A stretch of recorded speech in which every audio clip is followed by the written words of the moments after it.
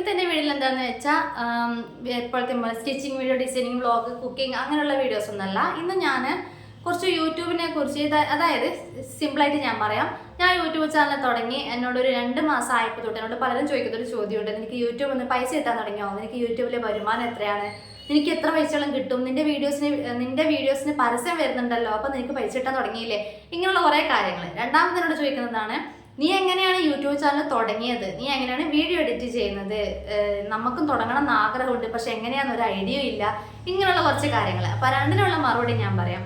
അപ്പോൾ ആദ്യം നമുക്ക് യൂട്യൂബ് വരുമാനത്തിലേക്ക് വരാം. അതായത് നമ്മുടെ യൂട്യൂബ് ചാനൽ തുടങ്ങി അതിൽ വീഡിയോ ഇട്ട് അതിൽ പരസ്യം വന്നാൽ ഉടനെ പൈസ കിട്ടുന്നതാണ് പലരുടെയും തെറ്റിദ്ധാരണ.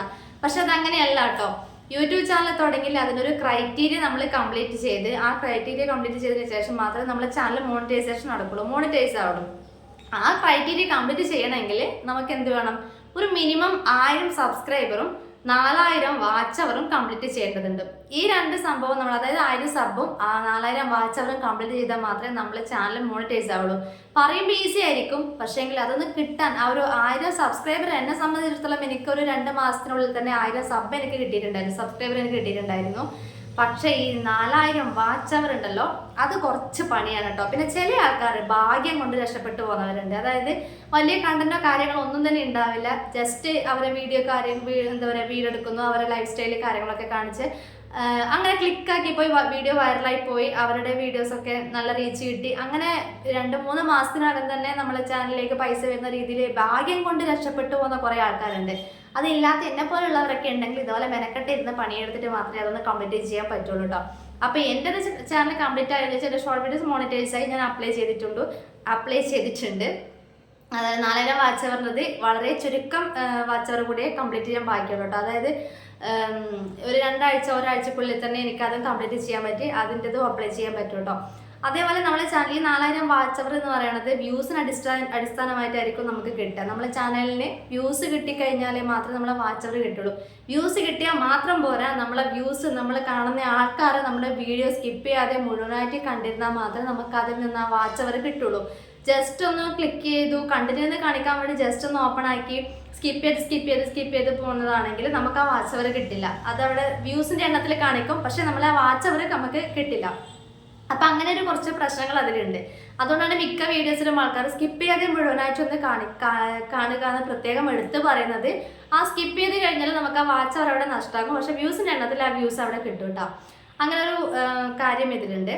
പിന്നെ ഈ 4000 വാച്ച് അവർ കംപ്ലീറ്റ് ചെയ്യാൻ അത്യാവശ്യം നന്നായിട്ട് തന്നെ പണിയെടുക്കണം.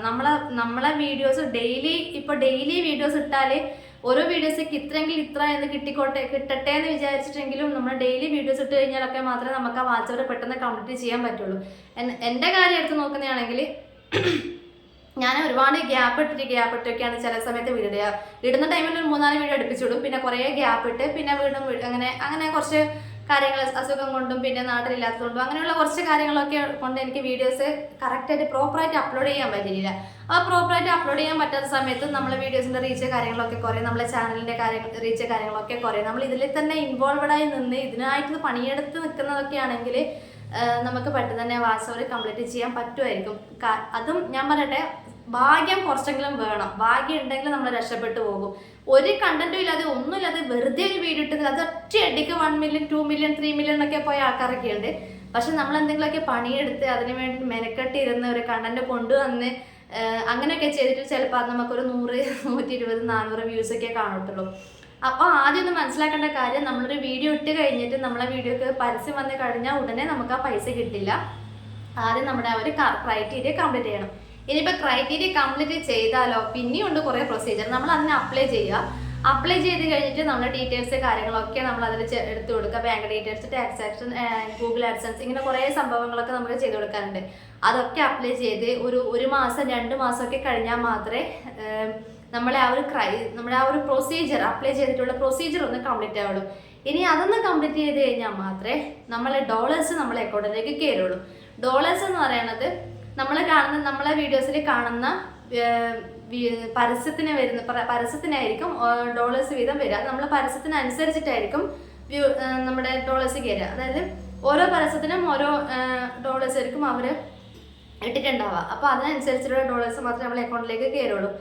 ഇനി ഡോളേഴ്സ് കയറിയാലും മിനിമം $100 നമ്മളെ അക്കൗണ്ടിലേക്ക് വന്നു കഴിഞ്ഞാൽ മാത്രമേ നമ്മളെ സ്വയം അക്കൗണ്ടിൽ നിന്ന് പൈസ പിൻവലിക്കാൻ പറ്റുള്ളൂ.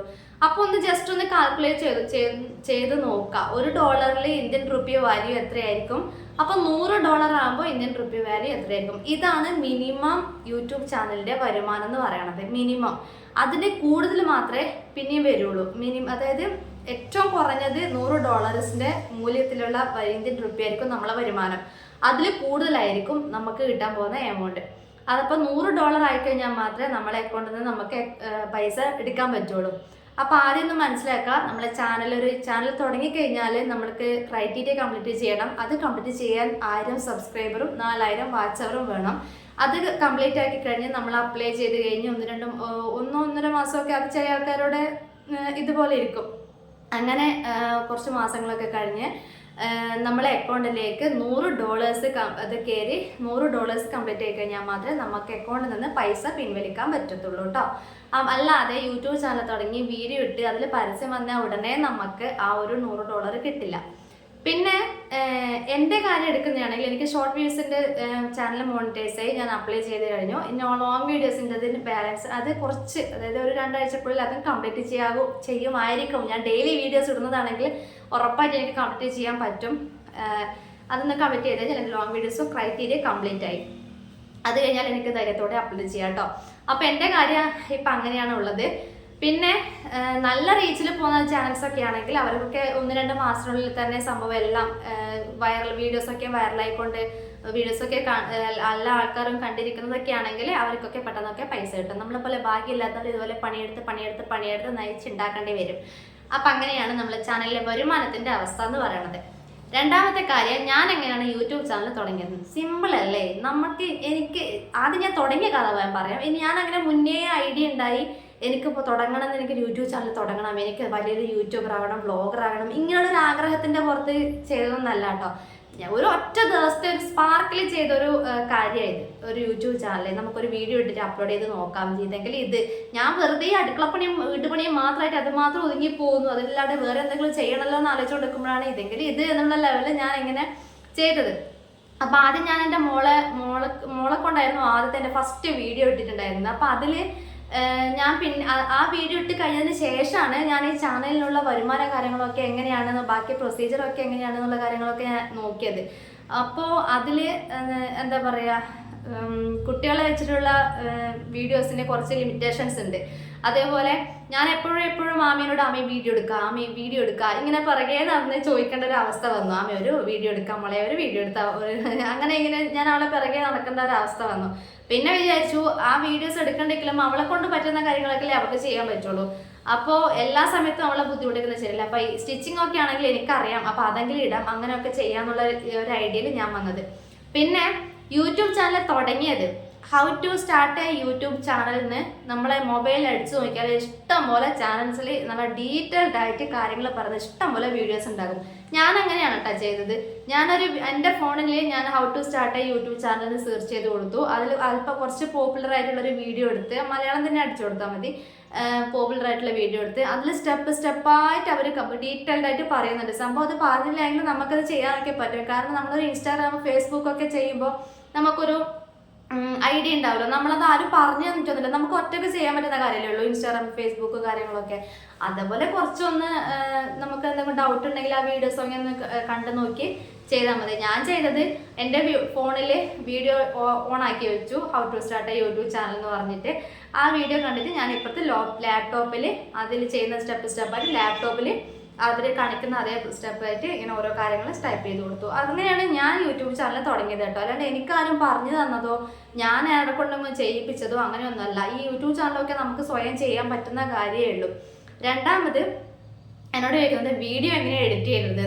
എനിക്ക് സത്യം പറഞ്ഞാൽ എനിക്കൊന്നും ഈ വീഡിയോ എഡിറ്റിങ് അല്ലെങ്കിൽ ഇൻസ്റ്റാഗ്രാമിലൊക്കെ ആമീൻ്റെ ഡാൻസ് വീഡിയോ റീൽസ് എടുക്കുന്നല്ലാതെ ഈ വീഡിയോ എടുക്കുന്നതോ അല്ലെങ്കിൽ വീഡിയോ എഡിറ്റിങ്ങോ ഇങ്ങനെയുള്ള കാര്യങ്ങളൊന്നും എനിക്ക് അറിയില്ലായിരുന്നു. അപ്പോൾ അതും ഞാൻ ബെസ്റ്റ് ആപ്പ് ഏതാണെന്ന് ഞാൻ സെർച്ച് ചെയ്ത് നോക്കി. അതിൽ എനിക്ക് എല്ലാ ആപ്പും നല്ലത് തന്നെയാണ്.